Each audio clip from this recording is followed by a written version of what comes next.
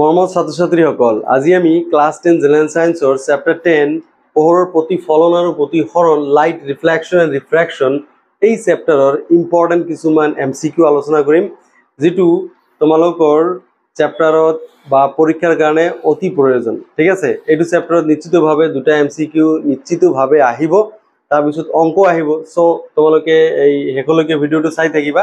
যিমান পাৰা ভিডিঅ'টো তোমালোকে শ্বেয়াৰ কৰা, যাতে সকলো ছাত্ৰ ছাত্ৰীয়ে এই ভিডিঅ'টোৰ পৰা উপকৃত হ'ব পাৰে। ঠিক আছে, প্ৰথম কোৱেশ্চনটো চোৱা, পোহৰৰ গতিপথত অত্যন্ত ক্ষুদ্ৰ বস্তু এটাত হ'লে পোহৰ পোনে পোনে যোৱাৰ সলনি কাষেদি বেকা হৈ যোৱাৰ যিটো প্ৰবৃত্তি, এইটো প্ৰতিসৰণৰ বাবে হয়। ঠিক আছে, এই ইজ দ্য ৰাইট আনসাৰ। এইটো পোহৰৰ প্ৰতিসৰণৰ বাবে পোহৰ ৰশ্মিটো কি হৈ যায়, বেকা হৈ যায়। এতিয়া নেক্সট তোমালোকে 2 নম্বৰ কোৱেশ্চনটো যিটো দিয়া আছে, এইটো তোমালোকে চোৱা, কি পাৰ্শ্বীয়ভাৱে ওলোটা প্ৰতিবিম্ব গঠন কৰিব পৰা দাপন হল। পাৰ্শ্বীয়ভাৱে ওলোটা যিটো প্ৰতিবিম্ব, এইটো সমতল দাপনে নকৰে, যিটো সমতল দাপনে থিয় প্ৰতিবিম্ব গঠন কৰে। সো এইটো উত্তল দাপন হ'ব। ঠিক আছে, অৱতল দাপনে নকৰে, পেৰাবল দাপনেও নকৰে। সো নেক্সট তোমালোকে চোৱা, কোৱেশ্চন নম্বৰ 3 টো চোৱা, কি আছে, লক্ষ্যবস্তুৰ সমান আকাৰৰ সৎ প্ৰতিবিম্ব পাবলৈ হ'লে লক্ষ্যবস্তু অৱতল দাপনৰ সন্মুখত কোন স্থানত ৰাখিব লাগিব। সো সমান আকাৰৰ প্ৰতিবিম্ব পাবলৈ হ'লে কি অৱতল দাপন। ঠিক আছে, সো এইটো হৈছে অৱতল দাপন। সো অৱতল দাপনৰ ক'ত ৰাখিব লাগিব। ঠিক আছে, সো নিশ্চিতভাৱে দাপনৰ মুখ্য ফকাছত এইটো নহয়, দাপনৰ মেৰু আৰু মুখ্য ফকাছৰ মাজত এইটো নহয়, দাপনৰ ভাঁজ কেন্দ্ৰত। ঠিক আছে, দাপনৰ ভাঁজ কেন্দ্ৰত ৰাখিলে এইটো অৱতল হলে লক্ষ্যবস্তু অৱতল দাপনৰ সন্মুখত সৎ প্ৰতিবিম্ব পাবলৈ সমান আকাৰৰ হৎ, এইটো দাপনৰ ভাঁজ কেন্দ্ৰত। So C is the right answer. So ভাঁজ কেন্দ্ৰত ৰাখিলে কি সমান আকাৰৰ আমি প্ৰতিবিম্ব দেখিবলৈ পাওঁ। কোৱেশ্চন নম্বৰ 4 চোৱা, গোলাকাৰ দাপনৰ ভাঁজ ব্যাসাৰ্ধ আৰু ফকাছ দৈৰ্ঘ্যৰ মাজৰ সম্পৰ্ক। গোলাকাৰ দাপনৰ ভাঁজ ব্যাসাৰ্ধ r is equal to 2f। ঠিক আছে, কত আছে r is equal to 2f। So এই ইজ দ্য রাইট আনসার। ঠিক আছে, কোশ্চেন নম্বৰ 5 কি দিয়ে আছে, অলপ ওপৰত উঠাই লও চোৱা, অভিসাৰী দাপন এখনে গঠন কৰা প্ৰতিবিম্বটো অসৎ, থিয় আৰু লক্ষ্যবস্তুতকৈ ডাঙৰ পোৱা গ'ল। লক্ষ্যবস্তুৰ অৱস্থান ক'ত হ'ব লাগিব। সো তোমালোকে এটা বস্তু মন কৰা, ইয়াতে কি অসৎ কৈছে, থিয় আৰু লক্ষ্যবস্তুতকৈ ডাঙৰ। সো লক্ষ্যবস্তুতকৈ ডাঙৰ যদি পাব খোজা, এইটো ফকাছত এইটো নহ'ব। সো মুখ্য ফকাছ আৰু ভাঁজ কেন্দ্ৰৰ মাজত এইটোও নহ'ব, দাপনৰ মেৰু আৰু মুখ্য ফকাছৰ মাজত। So this is the right answer. So অসৎ, থিয় আৰু লক্ষ্যবস্তুতকৈ ডাঙৰ পাবলৈ হ'লে তুমি দাপনৰ মেৰু আৰু ফকাছৰ মাজত তুমি লক্ষ্যবস্তুটো ৰাখিব লাগিব, তেনেহ'লে কি এনেকুৱা প্ৰতিবিম্ব গঠন হ'ব। সো এইটো এক্সেপশ্যনেল কেছ, এইটো তোমালোকৰ পৰীক্ষাত কিন্তু আহি থাকে এই কোৱেশ্চনটো। সো কোৱেশ্চন নম্বৰ 6 টো চোৱা, অপসাৰী দাপনে গঠন কৰা প্ৰতিবিম্বৰ প্ৰকৃতি। সো অপসাৰী দাপন, তোমালোকে এইটো সৎ আৰু ওলোটা, এইটো নহ'ব। সৎ আৰু থিয়, দিছ ইজ অলসো ৰং। সৎ আৰু অসৎ আৰু ওলোটা, এইটোও নহ'ব। অসৎ আৰু থিয়, so this is the right answer. So অপসাৰী দাপনে সদায় কি অসৎ প্ৰতিবিম্ব গঠন কৰে আৰু সদায় কি থিয় প্ৰতিবিম্ব গঠন কৰে। সো অপসাৰী দাপন বুলি ক'লে তুমি কিন্তু মনত ৰাখিবা, সো এইটো কিন্তু উত্তল দাপন। ঠিক আছে, উত্তল দাপনত অপসাৰী দাপন বুলি কোৱা হয়। সো উত্তল দাপনত সদায় তোমাৰ কি অসৎ প্ৰতিবিম্ব আৰু থিয় প্ৰতিবিম্বই গঠন হ'ব। সো এইখিনি কিন্তু শিয়ৰ এণ্ড চাৰ্টেন, এইটো কিন্তু জানিলে তোমাৰ অংকটো সুবিধা হ'ব। মুখ্য অক্ষৰ সাপেক্ষে হেলনীয়াকৈ কোনটো বিন্দুলৈ আপতিত হোৱা পোহৰ ৰশ্মি গোলাকাৰ দাপনৰ ক্ষেত্ৰত হেলনীয়াকৈ প্ৰতিফলিত হ'ব। সো ইয়াতে কি পি বিন্দুলৈ এইটো নহ'ব, এফ বিন্দুলৈ, চি বিন্দুলৈ, এটাও নহয়। ঠিক আছে, এইটো ৰাইট আনসাৰ ইয়াতে দিয়া নাই। সো কোৱেশ্চন নম্বৰ 8 চোৱা, দন্ত চিকিৎসকসকলে ৰোগীৰ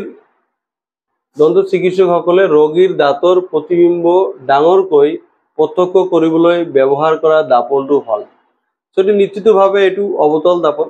সো অৱতল দাপনে কি ডাঙৰ প্ৰতিবিম্বটো ডাঙৰ কৰি তোলে, সেইকাৰণে দন্ত চিকিৎসাই অৱতল দাপনে ব্যৱহাৰ কৰে। ঠিক আছে সো নেক্সট তোমালোকে চোৱা এখন গোলাকাৰ দাপন আৰু এখন ক্ষীণ গোলাকাৰ লেন্স প্ৰত্যেকৰে ফকাস দৈৰ্ঘ্য চোৱা -15 ঠিক আছে -15 সেন্টিমিটাৰ সো দাপন আৰু লেন্সৰ প্ৰকৃতি কেনেকুৱা হ'ব সো দাপন আৰু লেন্সৰ প্ৰকৃতি সো মাইনাস হ'বলৈ হলে অবতল হ'ব লাগিব ঠিক আছে মাইনাস হলে অবতল সো দুয়োখন অবতল হ'ব মনত ৰাখিবা সো অবতল লেন্স সাপোজ এইটো অবতল লেন্স সো অবতল লেন্সৰ ফকাস দৈৰ্ঘ্য কি হয় মাইনাস হয় ঠিক আছে আৰু অবতল যেটো দাপন আছে সো অবতল দাপনৰ ফকাস দৈৰ্ঘ্য কি হয় মাইনাস হয় সো দুয়োটা এই ক্ষেত্ৰত কি মাইনাস হ'ব ওকে সো তাৰপিছত চোৱা ওকে কোশ্চেন নাম্বাৰ 10 চোৱা এখন গোলাকাৰ দাপন আৰু এখন ক্ষীণ গোলাকাৰ লেন্স প্ৰত্যেকৰে ফকাস দৈৰ্ঘ্য 10 সেন্টিমিটাৰ এটো +10 দিয়া আছে ঠিক আছে +10 সেন্টিমিটাৰ সো দাপন আৰু লেন্সৰ প্ৰকৃতি এই দুটাই উত্তল হৈ যাব ঠিক আছে সো উত্তল লেন্সৰ ফকাস দৈৰ্ঘ্য ধনাত্মক আৰু উত্তল দাপনৰো ফকাস দৈৰ্ঘ্য কি হয় ধনাত্মক হয় সো এটো উত্তল সো এটো দুখন উত্তল এটো উত্তল এটো নহব সো এটো উত্তল লেন্স সো উত্তল লেন্সৰ ফকাস দৈৰ্ঘ্য কি উত্তল দাপনৰ ফকাস দৈৰ্ঘ্য ধনাত্মক আৰু যদি উত্তল লেন্স হয় এটো সো উত্তল লেন্সৰ ফকাস দৈৰ্ঘ্যও ধনাত্মক দুটাই ধনাত্মক সো নেক্সট কোশ্চেন নাম্বাৰ এতে 11 টো চাও পাৰি দাপন এখনৰ পৰা কিমান দূৰত্ব থিয় নোহোৱা লাগিলে প্ৰতিবিম্বটো সদায় থিয় হয় দাপনটো কেনেকুৱা হ'ব পাৰে সো দাপনটো নিশ্চিতভাৱে এটো সমতল হ'ব ঠিক আছে সমতল দাপনৰ ক্ষেত্ৰত প্ৰতিবিম্ব সদায় কি হ'ব থিয় হ'ব মনত ৰাখিবা থিয় আৰু লক্ষ্যবস্তুৰ সমান প্ৰতিবিম্ব গঠন হয় ওকে সো এই ক্ষেত্ৰত সমতল দাপন উত্তল দাপন অবতল দাপনে লক্ষ্যবস্তু কত ৰাখিলে প্ৰতিবিম্ব কত হয় সো এনেকুৱা টাইপৰ কোশ্চেন আহিব পাৰে সো মোটৰ গাড়ীৰ ৰিয়াৰ ভিউ হিচাপে তলৰ কোনখন দাপন ব্যৱহাৰ কৰা হয় এটো উত্তল দাপন ব্যৱহাৰ কৰা ৰিয়াৰ ভিউ মানে পিছফালে চোৱাৰ কাৰণে সদায় উত্তল দাপন এতে ব্যৱহাৰ কৰা হয় সো তাৰপিছত চোৱা অবতল দাপনৰ মুখ্য অক্ষৰ সমান্তৰালভাৱে আপতিত পোহৰ ৰশ্মি প্ৰতিফলনৰ পাছত তলত দিয়া কোনটো বিন্দুৰ মাজেৰে পাৰ হৈ যাব অবতল দাপনৰ মুখ্য অক্ষৰ মাজেৰে যদি সমান্তৰালভাৱে আহে এটো ফকাসৰ মাজেৰে পাৰ হৈ যাব সো মুখ্য ফকাস অবতল দাপন সাপোজ এইটো অবতল দাপন ঠিক আছে এটো সমান্তৰালভাৱে যদি আহে এটো যদি সি আছে এটো এফ ঠিক আছে এটো মুখ্য ফকাসৰ মাজেৰে সদায় এটো পাৰ হৈ যাব মনত ৰাখিবা সো নেক্সট তোমালোকে চোৱা কোশ্চেন নাম্বাৰ 14 টো কি দিয়া আছে গোলাকাৰ দাপনৰ ক্ষেত্ৰত লক্ষ্যবস্তু দূৰত্ব ইউ প্ৰতিবিম্ব দূৰত্ব ভি আৰু ফকাস দৈৰ্ঘ্য r ৰ মাজৰ সম্পৰ্ক সো এটো চোৱা কি আছে তোমাৰ এই এটোই ৰাইট आंसर হ'ব আমি কি চোৱা এতে আমি জানো 1/v + 1/u so 1/f so f ৰ ঠাইত f চোৱা r/2 ঠিক আছে f ৰ ঠাইত আমি যদি r/2 বহাই দিও সো 2 টো ওপৰত আহিব সো 2/r ঠিক আছে সো 1/v + 1/u 2/r কারণ f r/2 সো এই ক্ষেত্ৰত a is the right answer so next তোমালোকে চোৱা কোশ্চেন নাম্বাৰ 15 টো কি দিয়া আছে গোলাকাৰ দাপন এখনৰ পৰা 30 সেন্টিমিটাৰ দূৰত্বত লক্ষ্যবস্তু এটাৰ প্ৰতিবিম্ব দাপনখনৰ সন্মুখত 30 সেন্টিমিটাৰ দূৰত গঠন হল সো দাপনখনৰ বিবৰ্ধন কিমান হ'ব এটোতে ভাবে চোৱা ইয়াতে দুটা 30 সেন্টিমিটাৰ আছে সো বিবৰ্ধন এটো 1 হ'ব ঠিক আছে এটো +1 হ'ব যেহেতু এনে কি লক্ষ্যবস্তুৰ প্ৰতিবিম্ব এত সো দাপনখনৰ বিবৰ্ধন গোলাকাৰ দাপন এখনৰ এটো গোলাকাৰ দাপন বুলি কৈছে এটা গোলাকাৰ দাপন বুলি কোৱাৰ লগে লগে এটো চোৱা লক্ষ্যবস্তু দূৰত্ব প্ৰতিবিম্ব দূৰত্ব সেম আছে যেহেতু দাপন ঠিক আছে সো দাপনৰ যেটো ফৰ্মুলা যেটো আছে m তোমাৰ আছে -v/u সো মাইনাস মাইনাস এটো প্লাস হৈ যাব ঠিক আছে যেহেতু এটো u এর মান মাইনাসত থাকে so minus minus plus so m 1 আহিব সো এটো -2 নহব যেহেতু দাপনৰ ক্ষেত্ৰত ওকে সো তাৰ পিছত চোৱা কোশ্চেন নাম্বাৰ 16 টো কি দিয়া আছে কোশ্চেন নাম্বাৰ 16 এটা মাধ্যমৰ প্ৰতিহৰণাংকৰ গাণিতিক প্ৰকাশ ৰাখি c/v so a is the right answer ঠিক আছে এটো প্ৰতিহৰণাংকৰ গাণিতিক প্ৰকাশ ৰাখি সো nm কি আছে c/v সো নেক্সট তোমালোকে চোৱা তলত দিয়া তলত দিয়া কোনটো পদাৰ্থ লেন্স তৈয়াৰ কৰিবলৈ ব্যৱহাৰ কৰিব নোৱাৰি। সো এইটো নিশ্চিতভাৱে এইটো মৃত্তিকা, এইটো পাঠভিত্তিক কোশ্চিন হয়। সো তোমালোকে এইটো পাইছা আগতে। কোশ্চিন নম্বৰ 18 টো চোৱা কি দিয়া আছে, লক্ষ্যবস্তুৰ সমান আকাৰৰ সৎ প্ৰতিবিম্ব। চাবা, সৎ প্ৰতিবিম্ব পাবলৈ হলে লক্ষ্যবস্তুটো উত্তল লেন্স এখনৰ সন্মুখত কোন স্থানত ৰাখিব লাগিব। সো এইটো উত্তল লেন্স, ঠিক আছে। লক্ষ্যবস্তুৰ আকাৰৰ সমান সৎ প্ৰতিবিম্ব যদি পাবলৈ যোৱা উত্তল লেন্সৰ সন্মুখত এইটো কি ফকাস দৈৰ্ঘ্যৰ দুগুণ দূৰত্বত, তাৰমানে ভাঁজ কেন্দ্ৰত ৰাখিব লাগিব। ফকাস দৈৰ্ঘ্যৰ দুগুণ দূৰত্বত ৰাখিলে কি সৎ প্ৰতিবিম্ব আৰু কি লক্ষ্যবস্তুৰ আকাৰৰ সমান, ঠিক আছে। লক্ষ্যবস্তুৰ এইটো সমান আকাৰৰ আমি প্ৰতিবিম্ব পাম। নম্বৰ 19 টো চোৱা কি দিয়া আছে, অভিধান এখনত থকা সৰু সৰু আখৰ ডাঙৰকৈ পঢ়িবলৈ তুমি কেনে ধৰণৰ লেন্স ব্যৱহাৰ কৰিবা। এইটো নিশ্চিতভাৱে চোৱা এইটো উত্তল লেন্স হ'ব। সো উত্তল লেন্সত আমি বস্তু এটা ডাঙৰকৈ আমি চাব পাৰি, ঠিক আছে। এইটো 5 সেন্টিমিটাৰ ফকাস দৈৰ্ঘ্যৰ উত্তল লেন্স, ঠিক আছে। কম ফকাস দৈৰ্ঘ্যৰ উত্তল লেন্স হ'ব লাগিব। সো এটা বস্তু কি যিবিলাক অৱতল লেন্সে সদায় সৰু প্ৰতিবিম্ব গঠন কৰে, লক্ষ্যবস্তুতকৈ সৰু প্ৰতিবিম্ব গঠন কৰে, ঠিক আছে। সো এই ক্ষেত্ৰত 5 সেন্টিমিটাৰ ফকাস দৈৰ্ঘ্যৰ উত্তল লেন্স হ'ব। এইটো কিন্তু তোমালোকে মনত ৰাখিবা। সো কোশ্চিন নম্বৰ 19 এৰ ৰাইট आंसर আছে সি। সো নেক্সট তোমালোকে চোৱা কোশ্চিন নম্বৰ 20 চোৱা, অবতল লেন্সে গঠন করা প্রতিবিম্বর প্রকৃতি। অবতল লেন্সে গঠন করা প্রকৃতি কেবল অসৎ প্রতিবিম্ব, ঠিক আছে। অবতল লেন্সে মনত রাখিবা অলওয়েজ অসৎ প্রতিবিম্ব গঠন করে, ঠিক আছে। কারণ এটু প্রকৃতিতে কটাকটি নকৰে অবতল লেন্সৰ ক্ষেত্ৰত আৰু সদায় সৰু হ'ব। সো নেক্সট তোমালোকে চোৱা কোশ্চিন নম্বৰ 21 টো কি দিয়া আছে, এটা মাধ্যমৰ পৰা আন এটা মাধ্যমলৈ পোহৰ বেকাকৈ গলে পোহৰৰ গতিৰ দিক আনটো মাধ্যমত সলনি হয়। এই পৰিঘটনাক কোৱা হয়, এই পৰিঘটনাটোক পোহৰৰ প্ৰতিসৰণ বুলি কোৱা হয়। So B is the right answer, ঠিক আছে। কোশ্চিন নম্বৰ 22, পোহৰৰ দ্ৰুতিৰ সৰ্বাধিক এইটো শূন্যত হয়, ঠিক আছে। বায়ুত পোহৰৰ দ্ৰুতি আৰু শূন্যত একেই বুলি ধৰা হয় 3 × 10⁸ মিটাৰ পাৰ ছেকেণ্ড। কিন্তু তোমালোকে এইটো পেজ নাম্বাৰ 174 তুমি চাই ল'বা, ঠিক আছে। 174 এই বস্তুটো দিয়াই আছে যে শূন্যত পোহৰৰ দ্ৰুতি বায়ুতকৈ অলপ বেছি, ঠিক আছে। মানে বায়ুত অলপ শূন্যতকৈ কম হয়, কিন্তু আমি ইন জেনাৰেলি এইটোৱে ধৰা হয়। সো বায়ুত পোহৰৰ বেগ বুলি এইটো ধৰা হয়, শূন্যত এইটো ধৰা হয়, কিন্তু ইয়াতে অলপ কিন্তু তাৰতম্য আছে, এইটো শূন্যত অলপ হলে কি বেছি হ'ব। কোশ্চিন নম্বৰ 23 টো চোৱা, কাচৰ পৰম প্ৰতিসৰণাংক 1.5 হলে কাচত পোহৰৰ দ্ৰুতি। সো পোহৰৰ দ্ৰুতি এইটো নিশ্চিতভাৱে 2 × 10⁸ মিটাৰ পাৰ ছেকেণ্ড হ'ব, কাৰণ nm = c/v, ঠিক আছে। ইয়াতে প্ৰতিসৰণাংক যদি 1.5 হয়, ঠিক আছে, এতিয়া c/v, c কিমান আছে 3 × 10⁸ মিটাৰ পাৰ ছেকেণ্ড। এইটো ইফালে আনিলে এইটো কি হৈ যাব, v = কিমান হৈ যাব 2 × 10⁸ মিটাৰ পাৰ ছেকেণ্ড, ঠিক আছে। So A is the right answer.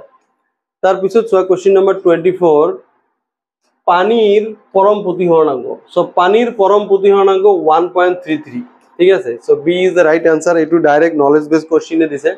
তাৰপিছত হীৰাৰ পৰম প্ৰতিসৰণাংক, এইটো তোমালোকৰ চাৰ্ট দিয়ে আছে 2.24। এইটো তোমালোকে কিতাপত এটা চাৰ্ট দিয়া আছে, এইটো চাৰ্টত তুমি চাই ল'বা গোটেইখিনি। কোশ্চিন নম্বৰ 26 টো চোৱা, অবতল লেন্স এখনৰ ফকাস দৈৰ্ঘ্য 20 সেন্টিমিটাৰ হলে লেন্সখনৰ ক্ষমতা কিমান হ'ব। সো ফকাস দৈৰ্ঘ্য ইয়াতে অবতল লেন্স কৈছে, কি লেন্স, অবতল লেন্স। সো ফকাস দৈৰ্ঘ্য নিশ্চিতভাৱে এইটো মাইনাস হ'ব।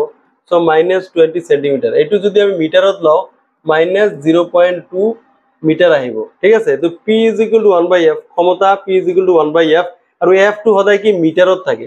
সো মিটাৰত কি 0.2, এইটো ভাঙি দিলে কি 10/2, এইটো মাইনাস আহিব যেহেতু এইটো মাইনাস আছে, ঠিক আছে। এইটো আগফালে মাইনাস আহিব, সমান সমান কি মাইনাস এইটো 5 ডায়োপ্টাৰ, ওকে 5 ডায়োপ্টাৰ। সো এইটো B is the right answer, -5 dioptre, ঠিক আছে। সো তাৰপিছত যেহেতু অবতল লেন্সৰ ফকাস দৈৰ্ঘ্য ঋণাত্মক। কোশ্চিন নম্বৰ 27 টো চোৱা, লক্ষ্যবস্তুৰ আকাৰ 1 সেন্টিমিটাৰ আৰু উত্তল লেন্স গঠিত সৎ প্ৰতিবিম্বৰ এইটো আকাৰ হৈছে 3 সেন্টিমিটাৰ। যদি ইউ আৰু ভি এ ক্ৰমে লক্ষ্যবস্তুৰ দূৰত্ব আৰু প্ৰতিবিম্বৰ দূৰত্ব সূচায় তেনেহলে কি হ'ব। সো লক্ষ্যবস্তুৰ আকাৰ লক্ষ্যবস্তুৰ আকাৰ 1 সেন্টিমিটাৰ আৰু উত্তল লেন্সৰ এখনৰ হৎ প্ৰতিবিম্বৰ আকাৰ এইটো কি কৈছে 3 সেন্টিমিটার সো প্রতিবিম্বর আকার সো h ড্যাশ বাই h এইটো কিন্তু m ঠিক আছে সো m ইজ ইকুয়াল এই ক্ষেত্ৰত কি আহিব হৎ প্ৰতিবিম্বৰ বিবৰ্ধন কিন্তু ঋণাত্মক সো এইটো হৎ প্ৰতিবিম্বৰ বিবৰ্ধন এইটো 3 আহিব সো 1/3 3/1 সো এইটো কি -3 এতিয়া সোয়া m ইজ ইকুয়াল টু তোমাৰ যেহেতু লেন্স আছে so v/u m is equal to v/u so v/u is equal to কি -3 এটো কি আহিব so v is equal to -3u ঠিক আছে v is equal to -3u so d is the right answer so 27 or right answer to হবে কি d so this question number 28 পোহৰ ৰশ্মিৰ ঘনতৰ মাধ্যমৰ পৰা লঘুতৰ মাধ্যমলৈ গতি কৰিলে প্ৰতিহৰিত ৰশ্মি উলম্বৰ পৰা আঁতৰি যায় so লঘুৰ পৰা ঘন আহিছে ঠিক আছে এটো চ লঘু ঠিক আছে এটো আছে কি ঘন লঘুৰ পৰা ঘন আহিলে উলম্বৰ পৰা কি হ'ব এটো পোহৰ ৰশ্মিটো আঁতৰি যাব এটো হৈছে উলম্ব এটো মনত ৰাখিবা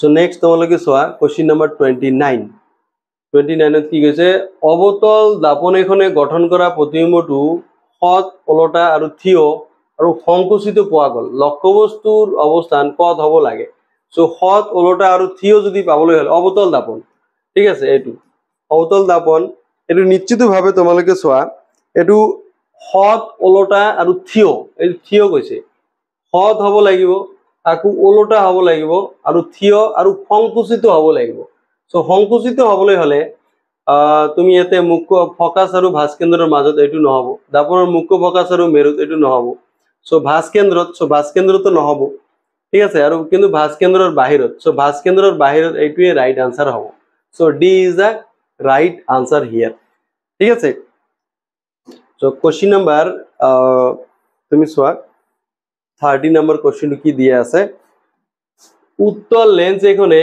বেজি এটাৰ হৎ ওলটা প্ৰতিবিম্ব লেন্সৰ পৰা 50 সেন্টিমিটাৰ দূৰত্বত গঠন কৰে ঠিক আছে যদি প্ৰতিবিম্বৰ আকাৰ লক্ষ্যবস্তুৰ আকাৰৰ সমান তেন্তে লক্ষ্যবস্তুটো উত্তল লেন্সৰ সন্মুখত কত ৰাখিব লাগিব এতিয়া লক্ষ্যবস্তুৰ প্ৰতিবিম্বৰ আকাৰ এটো সমান কৈছে ঠিক আছে এতিয়া প্ৰতিবিম্ব লেন্সৰ পৰা যদি 50 সেন্টিমিটাৰ হয় তেতিয়া লক্ষ্যবস্তুও 50 সেন্টিমিটাৰ দূৰত্বত ৰাখিব লাগিব ঠিক আছে তেনেহলে লক্ষ্যবস্তু আৰু প্ৰতিবিম্বৰ আকাৰ সমান হ'ব so a is the right answer so question তে ক্লু বিলাক দিয়া থাকে so right answer বিলাক আমি তাৰ পৰা চিন্তা ভাবনা কৰি বাহিৰ কৰিব লাগে so মৰমৰ ছাত্ৰ ছাত্ৰী সকল ভিডিওটো তোমালোকে কেনেকুৱা লাগিল মোক জনাবা আৰু যদি কিবা প্ৰবলেম পাইছা হেতুও মোক জনাবা so মই তোমালোকক ইতিমধ্যে মই প্ৰতিটো ভিডিওত মই নাম্বাৰ দি আছো so তোমালোকে নাম্বাৰটো নোট ডাউন কৰি লোৱা যেনেকুৱা যে 8472829618 ঠিক আছে এই নম্বৰত যদি তুমি কিবা ডাউটস আছে তুমি হোৱাটসঅ্যাপ কৰিবা কল কৰিব নালাগে আৰু হোৱাটসঅ্যাপ কৰিলে নিশ্চিতভাৱে মই তোমালোকক ৰিপ্লাই দিম